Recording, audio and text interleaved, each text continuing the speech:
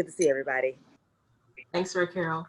So Raquel will be chiming in as we go through the presentation, but we will go ahead and jump in, get started.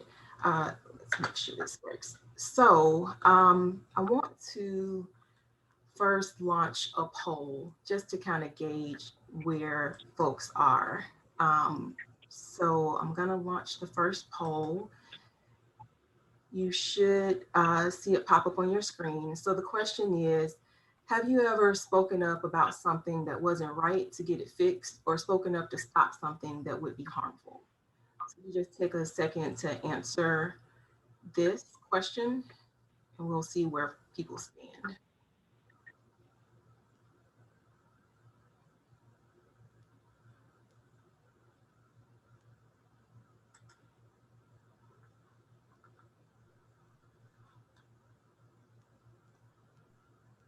I think just a couple more people haven't responded.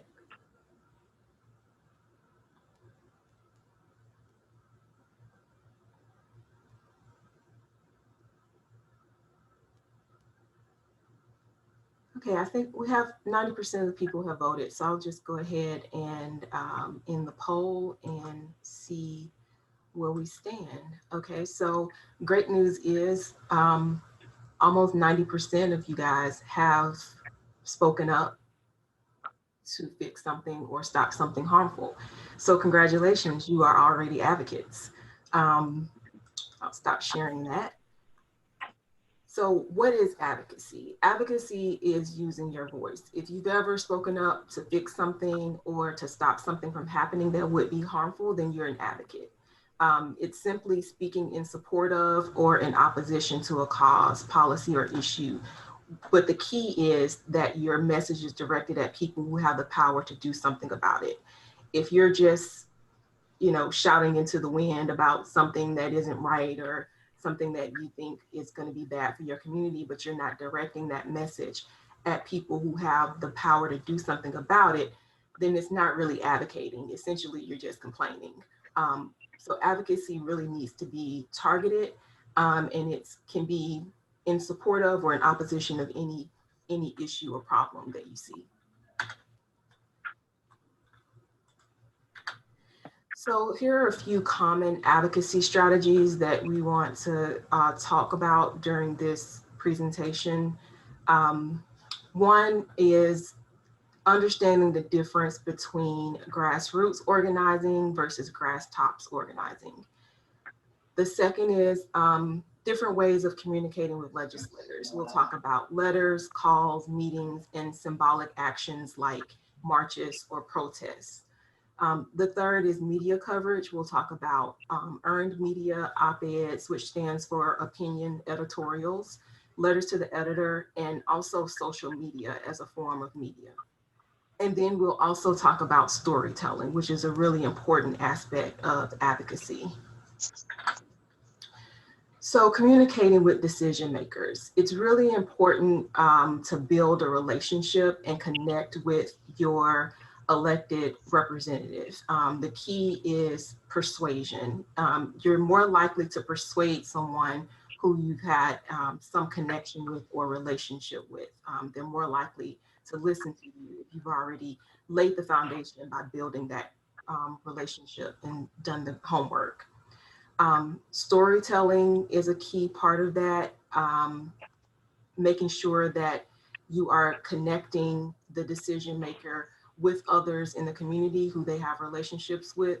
For example, if you have a representative or a elected official who is really active in the Baptist church, just for example, you would probably want to reach out to other churches or like-minded people to help you with influencing that person. Same thing for other types of civic organizations. You want to find out a little bit about the decision maker so that you can find a connection with them that will help them to side with you on the issue. You also want to make concise arguments when you're talking with your legislator. Talking with representatives absolutely does work. especially during elections, because you are essentially their boss. They depend on votes to stay in power, to stay in office. And so you essentially hold that power as a voter. So it's important that you recognize that as advocates and that you use it to your advantage. So when you're speaking with legislators, you want to make it personal when you're delivering your message. If you've been personally impacted by an issue, sharing your experience or sharing the problems that you've had with the particular issue. For example, we work a lot with people who are enrolled in TennCare, which is our state's Medicaid program. And we help people when they've been denied enrollment in the program, or if they are denied services that they are entitled to in the program. And so in sharing those stories, we encourage people to talk about how that experience has impacted their lives or their children's lives. So it's important to focus on those personal statements. It's also good to focus on the heart, not the head. And what we mean by that is there's a place for statistics and facts and figures, absolutely, in advocacy, but you also want to appeal to the decision makers' humanity and make sure that they are really aligned with your issues, and that they understand that this is more than just, a policy issue, that it actually has real life implications for the people that they serve. You also want to find a shared moral or value. The idea of people being united in, a similar value that they hold, such as people should be, everyone is entitled to opportunities in America, in theory.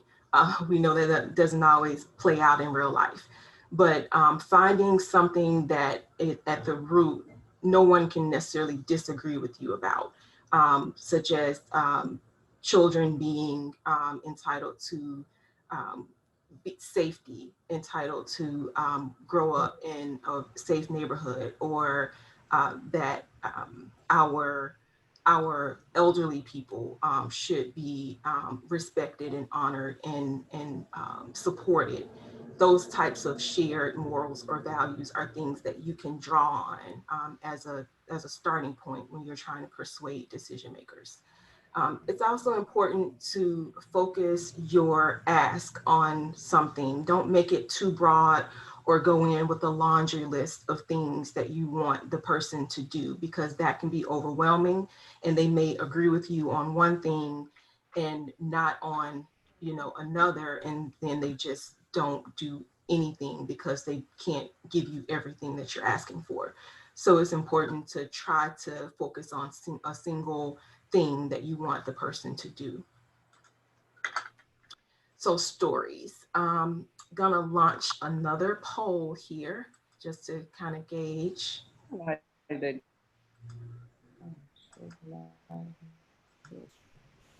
So you should see that on your screen now. The question is, what are some benefits of sharing personal stories when advocating? Go ahead and vote. Um, Options are showing the impact of policy on people's lives, connecting with others who have similar experiences, raising awareness about an issue, or all of the above.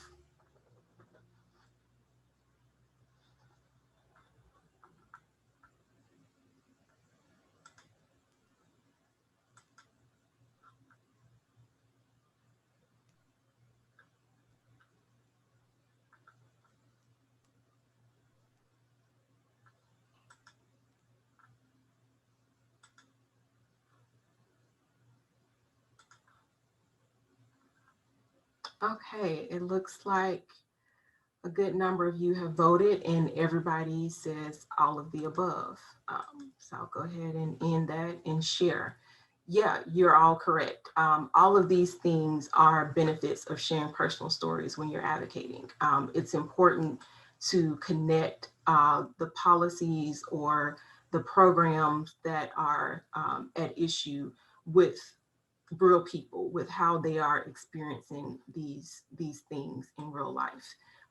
It's also a great way to build community. So by sharing your story, you can connect with others who have similar experiences and sort of support each other and unify, because there's strength in numbers. So if you can get a group of people together who have a similar experience or a similar complaint, and you guys go to the decision maker and make your case for why it should be changed, you're more likely to be heard. It's also a great way to raise awareness about an issue when you share your story, specifically if it's shared publicly in the media. Then you are able to reach people who may not have known about the situation or the issue that you're complaining about. For example, there was a recent win last year with something called the Katie Beckett waiver program.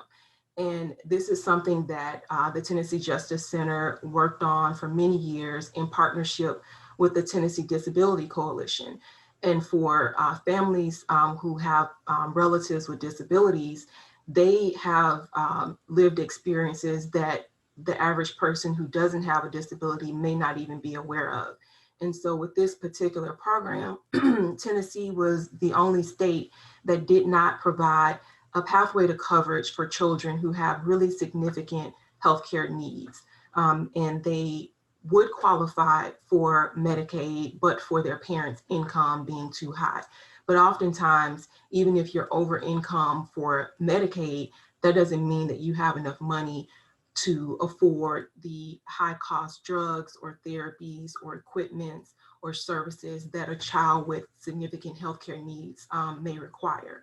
And in other states, they had something called the Katie Beckett program, or a variation of that, that would disregard the parent's income for purposes of allowing the child to be eligible for Medicaid.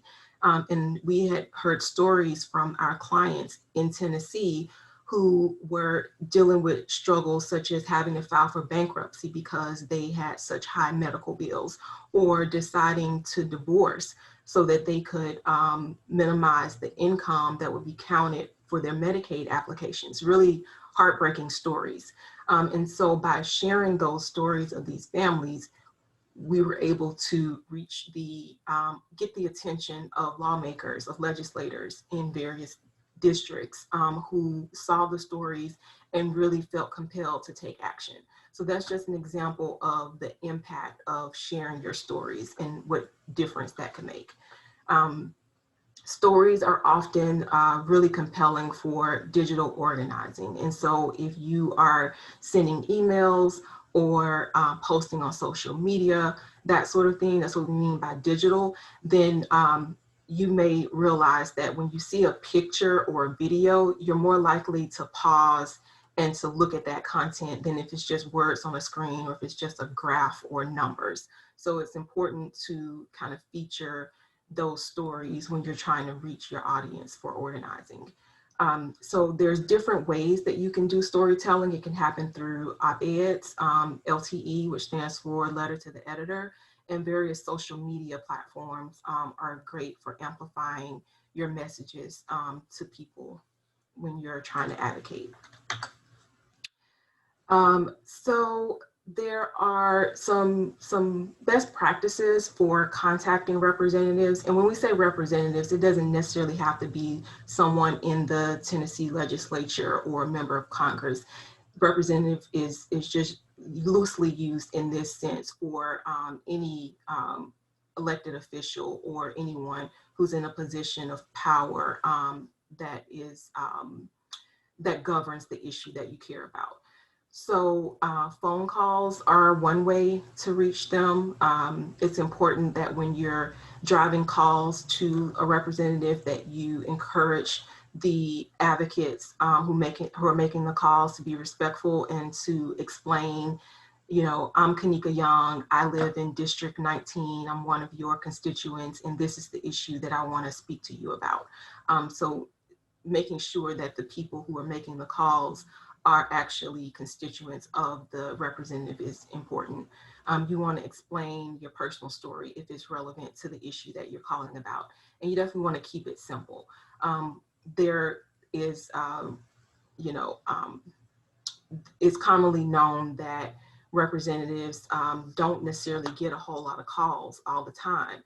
And so when they do get calls, it forces them to pay attention, because a lot of people are not engaging with their representatives directly in that way.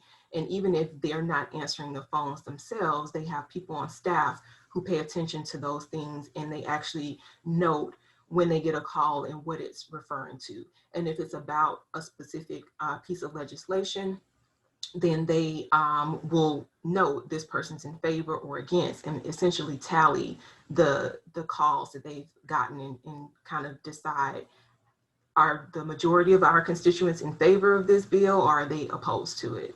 And so that's something that you definitely want to keep in mind as you're making those calls and strategizing for your advocacy.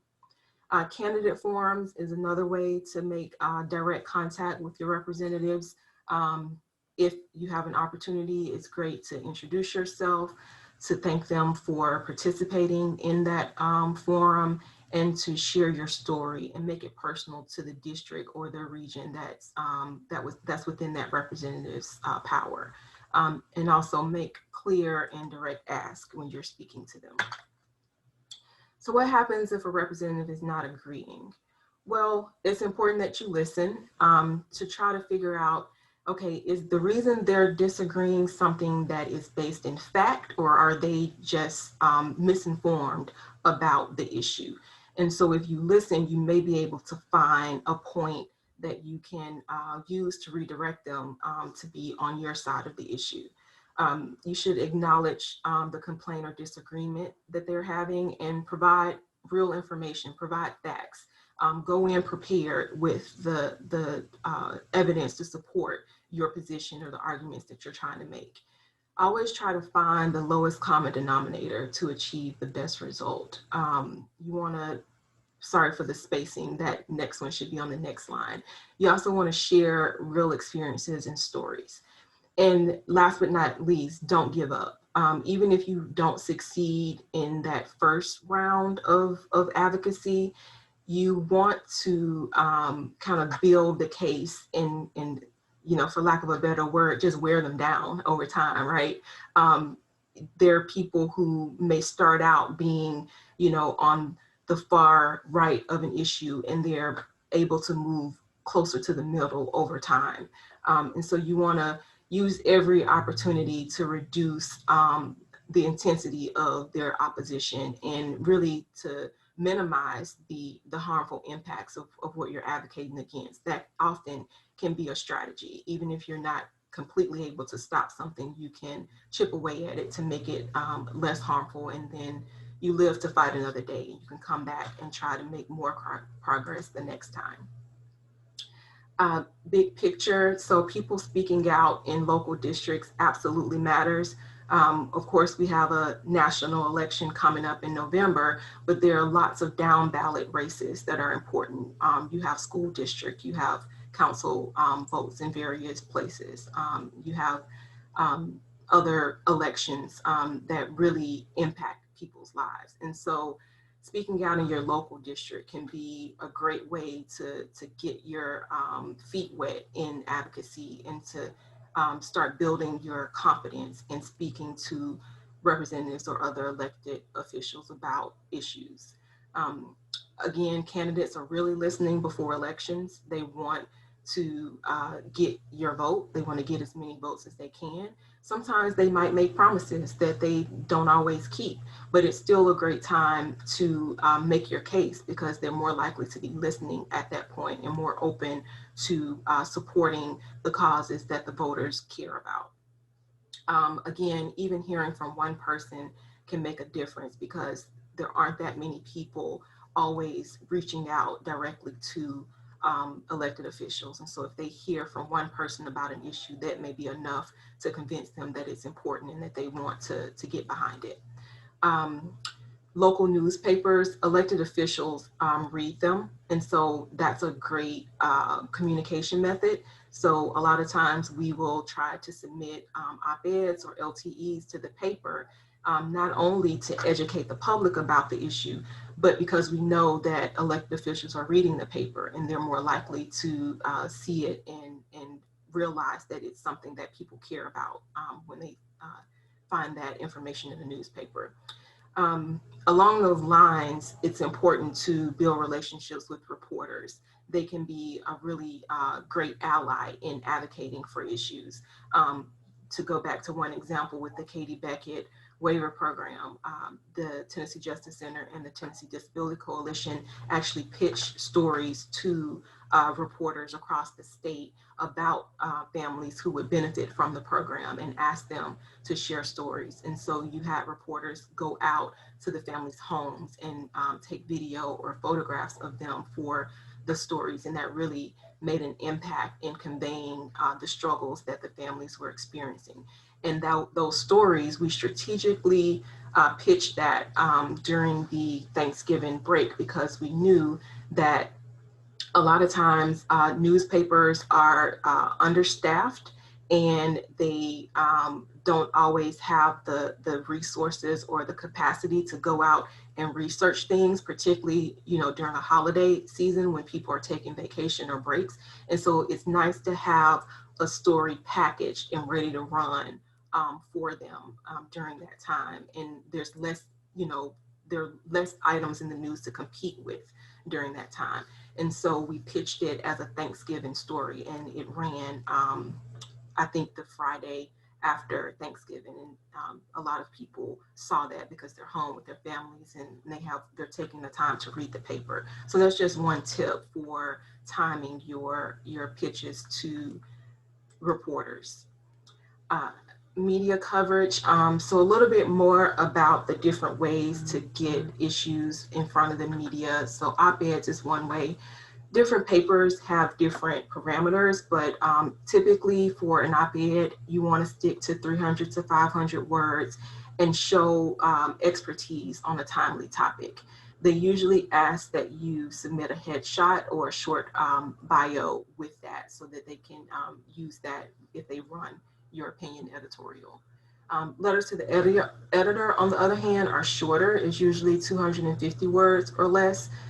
These are one of the most frequently read sections in the newspaper. For those who read the newspaper, you probably know that there's a section where they kind of list a lot of letters to the editor they've received. Typically, they are responding to an article or a news item that's previously ran in that paper, or if you have enough people submitting letters to the editor about a topic, it can show the newspaper editor what readers are interested in, and it may lead them to cover that as a story in an upcoming issue. So those are kind of two different ways letters to the editor can work in your favor. A little bit more about media coverage. Something that's a little less used nowadays are call-in radio shows. I personally don't listen to the radio anymore, but I know people do. And you should kind of figure out your target audience. Are they likely people who listen to the radio or listen to call-in radio shows? And that may be a good way to get the message out to those people. So it really depends on where you live. I think call-in radio shows may be more popular in rural areas or among older adults. And so just factor that in to your decision about the way that you want to reach the audience. Before you call, it's important to make notes and to be prepared to talk eloquently about your issue. You want to call in early, know what you want to say, be aware of the delay in the radio broadcast. Remember to stay calm and focused and don't argue or sound angry. You really want to effectively convey your position about something and make sure that you don't come across as irate.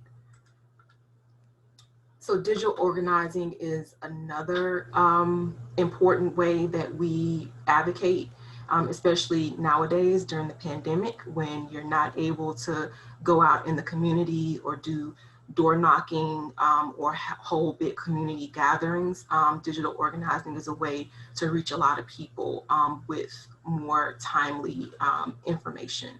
And so Facebook generally is for older users, not really, your teens or your early 20s. They've kind of migrated to other social media platforms, but there's still a good audience on Facebook, and it's very easy tool for organizing.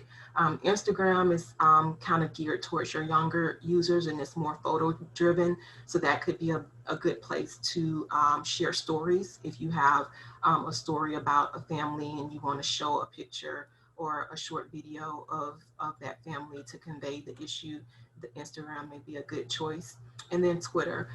Twitter, you have a really high volume of posts.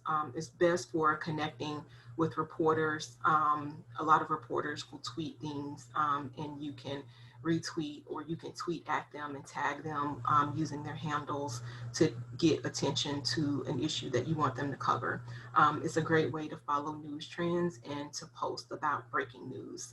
And of course, we know certain elected officials really love Twitter. So just be aware that you will get a lot of information on Twitter if that's the platform you choose to use. Let me just pause and see if anybody has any questions. I can't really see people, so I don't know if I'm losing you or if you're trekking along. Anybody have any questions? Okay, I don't hear anything, so I will keep going. Facebook, a little bit more about this platform. Facebook is really good because they have private groups, and so it's a good way to connect local groups of people who are passionate about a certain issue. For example, if you have parents who have kids with special healthcare needs, there are Facebook groups for those people. If you have a neighborhood that for example, I live in East Nashville, and they have a public Facebook group, but you have to be admitted into that, and they share tons of things about stuff happening in the neighborhood. And so you can have Facebook groups organized in various ways. And yes, I will share a copy of the PowerPoint to the group for those who are interested. And then also Facebook is good for hosting events. So Facebook Live, where you can share a video.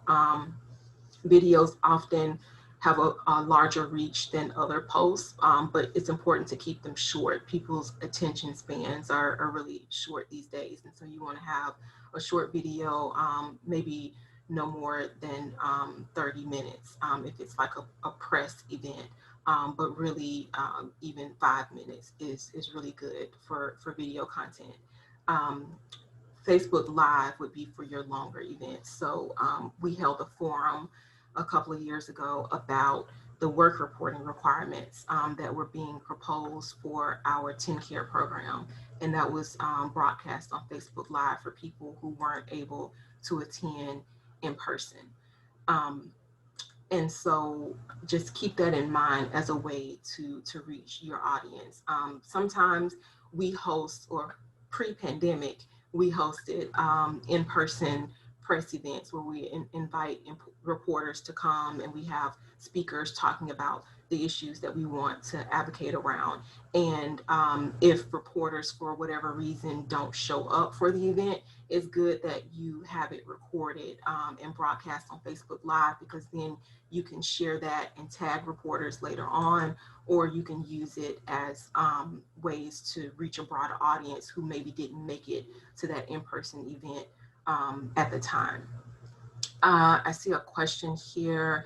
As far as digital organizing goes, I know we're focusing on Facebook, Instagram, and Twitter, but does it pay to invest time in cultivating a larger presence on other platforms like Snapchat, TikTok, etc., in an effort to reach a younger audience?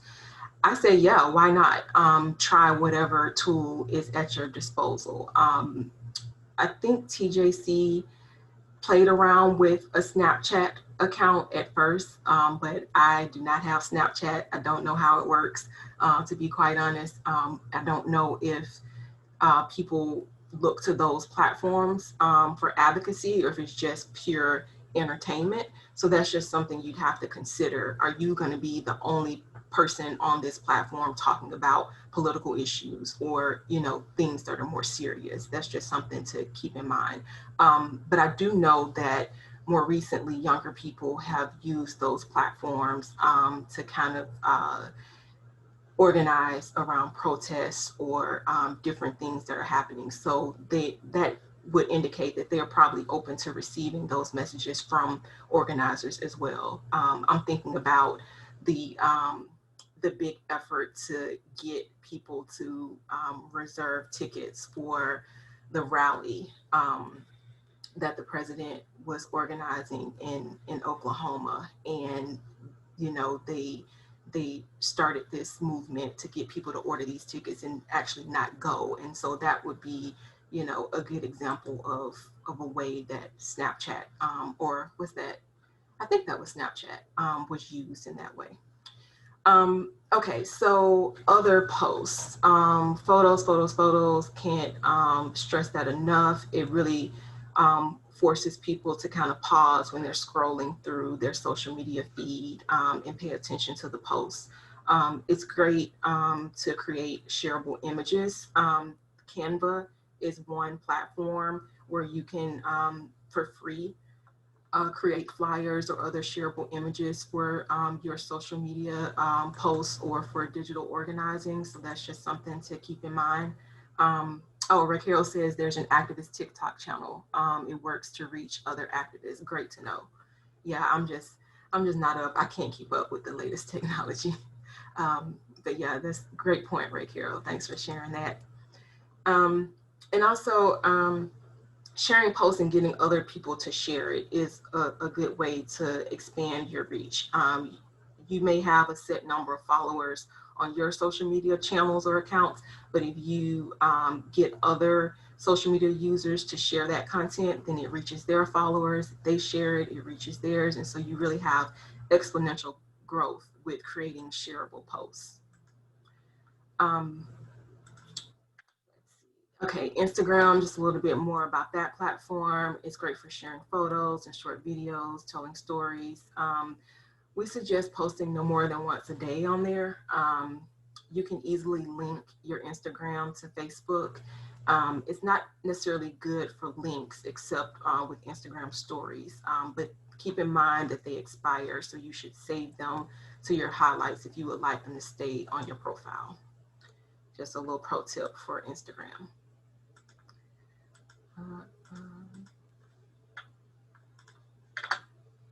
Okay, and so there was one other poll that I wanted to share before we depart.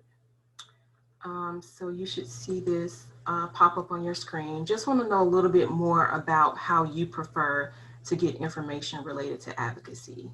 I've heard some people, you know, think Facebook should just be for friends and families and connecting and, you know, like entertainment or lighthearted things. And they're annoyed when they see things about politics or other more serious topics on Facebook or, you know, Twitter or whatever. And so just want to figure out what people think in terms of how they like to get information related to advocacy.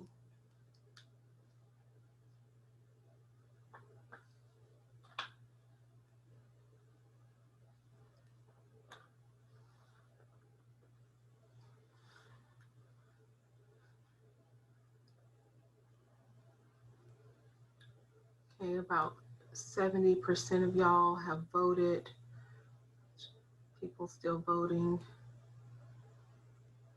So far, looks like email is the preferred method to get information. I'll just go ahead and end the polling. Oh, still have a couple more trickling in.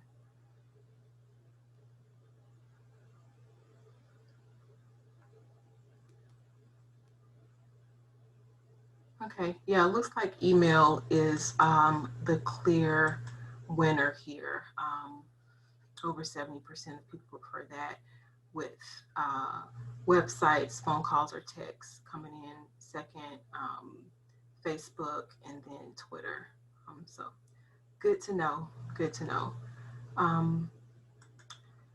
So yeah, I want to share just a little bit more about TJC's work and ways that you can get involved with advocacy. And Ray Carroll, feel free to also share about the Equity Alliance.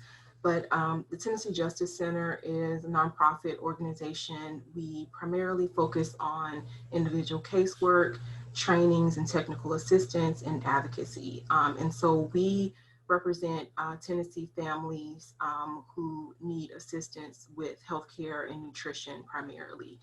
Navigating our bureaucratic systems in Tennessee to get access to those necessities that they need. And then we take what we learn from those individual cases and identify systemic issues that we elevate either through litigation or through advocacy or through direct lobbying to get those issues addressed. And I'm realizing that I promised to talk about the difference between grassroots and grass tops lobbying a little earlier, and I forgot to do that, but I can go into that now. So when we say grassroots, we're referring to individual community members, your average Jane Doe in the community. Those are the people who we try to organize to use their voices to advocate for the things that will improve their lives. Grass Tops, on the other hand, refers to people in the community who are leaders of some group. So that could be a pastor of a church is an example of a grass top. It could be the executive director of another nonprofit organization would be considered a grass top. Those types of individuals. So they're also people who have some sort of sphere of influence in the community. And so when you're organizing your advocacy strategy, you want to consider, is this a grassroots issue or is grassroots organizing the best way to convey this message, or should we go to grass tops? A lot of times we rely on grass tops organizing in connection or in combination with grassroots to convey issues. The biggest thing that we've been working on at TJC is Medicaid expansion. That is an option that was made available under the Affordable Care Act. And Tennessee is one of 12 or so states that still has not adopted that. And what that means is you have people who don't have access to affordable health insurance in our state for that reason. And so because that impacts not only individuals who are in what we call the coverage gap, meaning they don't qualify for Medicaid, but they can't, get a private insurance plan or they can't afford one.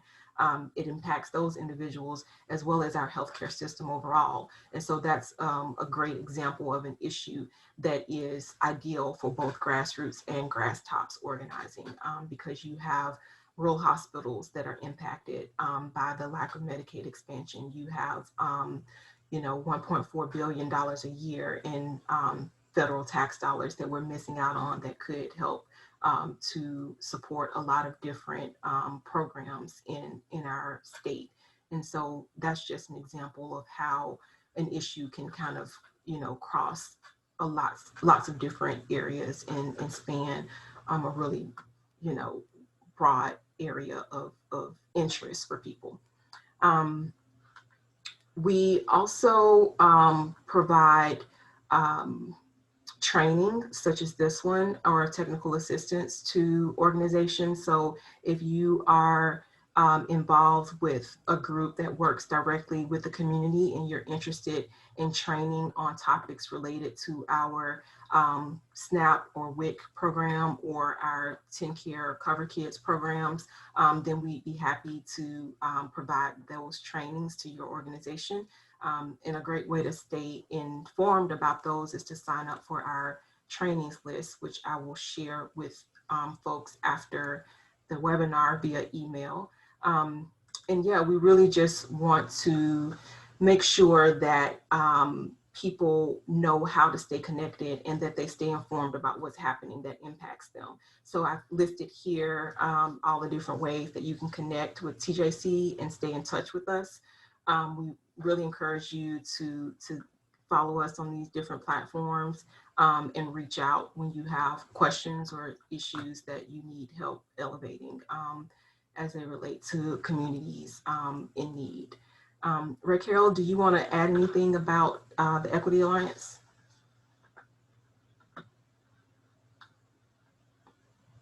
Ray Carroll, are you still there? You may need to unmute yourself. I was talking without the mute button. I'm sorry, guys. No problem. Have to get used to that. I just wanted to, number one, say great job, Kanika. I love this, and the polls were wonderful. Just to piggyback, if you don't, I told you all about the Equity Alliance, and I will put our website in there just so if you want to learn about us. But right now, we are partnering with the mayor, John Cooper. It's called Our Share, and so we are getting everyone to fill out Our Share survey. Our Share is basically what we're trying to do so we can make sure that the mayor and the city council gives out the CARES Act money correctly. So we want to make sure that it goes to Black and brown residents, but also people who have experienced homelessness and minority-owned small businesses as well. And so with our fair share, we just want to make sure that in Nashville that everyone has their fair share. I will drop that link into the chat if you need it, but that right now we're doing that big push. Also, we are amping up volunteerism and voter registration. So if you want to volunteer with the Equity Alliance, please follow www.theequityalliance.org. Again, www.theequityalliance.org. And my name is Ray Carroll Woodard. I am community organizer for the Equity Alliance. And it's great to see everyone again. Thank you. And if you have any questions for us, just hit me in the chat. Thanks, Ray Carroll. Very helpful information. We'll be sure to share those links and everything in the follow-up email along with the copy of the slides. And so you can have that all in one place. But does anybody have any questions? The floor is open. You still have about 15 minutes. Does anybody have any experiences with advocacy that they want to share? Doesn't necessarily have to be a question.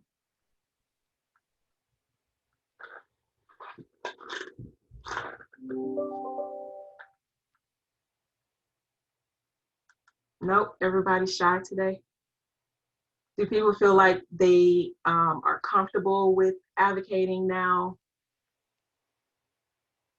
If you had any, I'm seeing thumbs up. Folks feel like this is doable. Yeah, we really need more people speaking up. As you have probably seen in the news, there's lots of changes happening and lots of reasons to speak up and be involved in the political realm. And so we want to make sure that people know what's available to them and that that elected officials aren't ignoring the voters and the people who really have something to share and something to add to the political discourse that's happening. So if you know of people who want to get connected, definitely encourage you to share the information with them that you learned today, and consider TJC and the Equity Alliance as resources and allies in this fight, not only for expanding healthcare access and nutrition, but also voter engagement, as Raquel was talking about, and making sure that we are holding our elected officials accountable. Yes. Kanika, I forgot to put, I'm sorry, I forgot to add the absentee ballot. We were in a lawsuit. Of course, unfortunately, we did lose. And so with that means that we were fighting for you to be able to request your absentee ballot during this COVID pandemic. and with a round, and of course, like Kanika said, going round and round with our governor and the legislator, and it's really just our governor that does a lot of pushback. And so with that, even with the justice saying yes, it still went back, and we cannot. So you cannot request an absentee ballot unless you are a senior citizen, and with that, even you have to be a senior citizen that is ill, very ill. So I wanted to add that piece in there. That's a part of our advocacy, was to fight for that. And we're still fighting for it again the next time.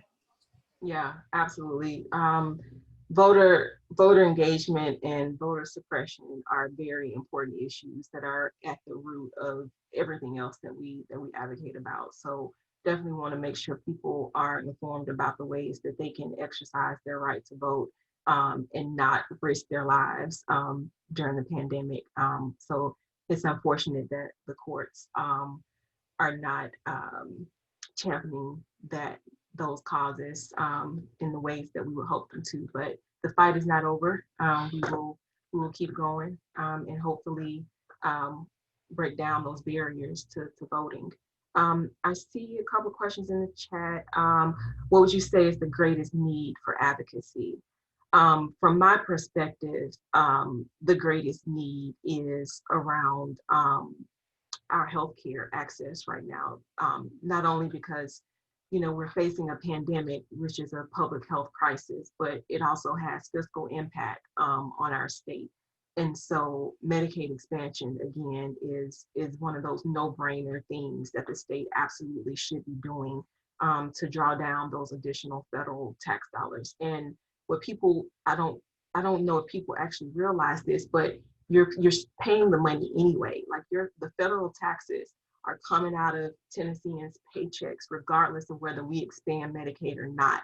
So it does not make sense to not take advantage of your own tax dollars and support our rural healthcare infrastructure. Tennessee actually has the highest rate per capita of rural hospital closures. So it's a major issue in terms of access to healthcare for people in those areas, but it also impacts people in other parts of the state. We're losing out on 15,000 jobs that could be generated from Medicaid expansion. We're also facing really critical budget shortfalls because of the pandemic that could be helped by this additional money. And so that would be my main push for the need for advocacy right now. And Ray Carroll, I'll let you speak to that too, but I'm sure you will probably say the voter suppression, fighting voter suppression is a big one for you guys. Agreed. But that until November, fighting voter suppression, and Mm-hmm. that is on every side. So that means locally, especially again with rural counties, with rural even election commissions, that we just have to make sure that we have to watch and stay on them to make sure that everything is fair, and not just fair but equitable. Absolutely. Equity is key. Um, so someone asked, can you give some background on why Tennessee is holding out on Medicaid expansion? Well, it's funny that you asked that. I'm actually going to drop in the chat a link to a paper that I wrote that proposes one theory. There is no clear explanation from our leaders about why they won't do Medicaid expansion. Initially, the excuse was that the Affordable Care Act was unconstitutional and it was going to go away, and they didn't want to go down this road of Medicaid expansion and then have to pull back once the ACA was invalidated in the courts. That hasn't happened, and meanwhile, we've had years of losing out on the coverage that could be available to people. And so I don't know what excuse they're using now, except to say that they just don't feel like it's constitutional to do this under the Affordable Care Act. But 38 other states, or 39, including Washington, D.C., have done this. And it's really, I think, my personal, well, not even my personal opinion. I will say that the reasons that they actually haven't done Medicaid expansion is purely political. It's because it was enacted by President Obama, and they feel it would be anti, um, the Republican platform to embrace something that was made available by a Democratic president. But let me find the link to the paper that I was just talking about that I will put in the chat. It is called Rooted in Racism, an analysis of health disparities in Tennessee. And it explains the historical context for why you see health disparities among communities of color and the role of access to healthcare and Medicaid expansion in addressing health disparities, and kind of talks about, the history of the enactment of the Affordable Care Act and how it was politicized from the beginning. So I encourage you to check that paper out if you want to know a little bit more about our theories in terms of why Tennessee has not expanded. And I also point out, as is mentioned in the paper, Tennessee is one of 8 southern states that have not expanded. And you have over half of all of the Black population in America lives in the southern states. And so you really see a disparate impact on people of color when you have this concentration of states in the South that are refusing to expand Medicaid. So that's another point that, I think kind of shows that there's some underlying racism in the decision to not expand. Can you say something about advocating for others from a position of privilege, especially with regard to utilizing stories? Yeah, sure. I think a lot of times, particularly when you have white-led organizations who are advocating about issues that primarily impact people of color, you have to be careful about not appearing to be exploitative of an issue, and really to center the voices of the communities that you're trying to serve. And so when we ask people to share their stories, we want to be as clear and candid as possible about what we hope to gain from that and what they may experience personally from doing that. We never want to get someone to share a story if we think it would be harmful to them. For example, we work with families who have mixed immigration status, so they may have citizen children, but their parents may be undocumented. We don't try to force those people to share their stories because they are fearful of immigration ICE coming and trying to deport them or throw them in detainment camps. And so you have to, be careful about the making sure that people are able to share their stories safely. But we also want to make sure people understand that there's power in sharing their story. There's power in speaking up and showing other people who may be in similar situations that they're not alone. And so it's not a question of, us as an organization trying to, exploit their situation. Is really trying to create a platform for them to speak up in a way that they feel comfortable and in a way that will be impactful in their lives and their families' lives. If there are any other questions, speak up. We have 5 minutes left. Otherwise, I want to thank you for joining us today. I will send out a follow-up email where you can connect and sign up for email alerts. I think that's a great way to stay in touch and to follow up on different advocacy opportunities that we are pushing. Same for the Equity Alliance. They have a great, they do a great job of letting the community know how they can get plugged into advocacy efforts and providing trainings on how to advocate effectively in their community. And we really hope that you will join us in our various fights for these issues that we've talked about today. So you'll receive an email with that information, and we really thank you for joining us today.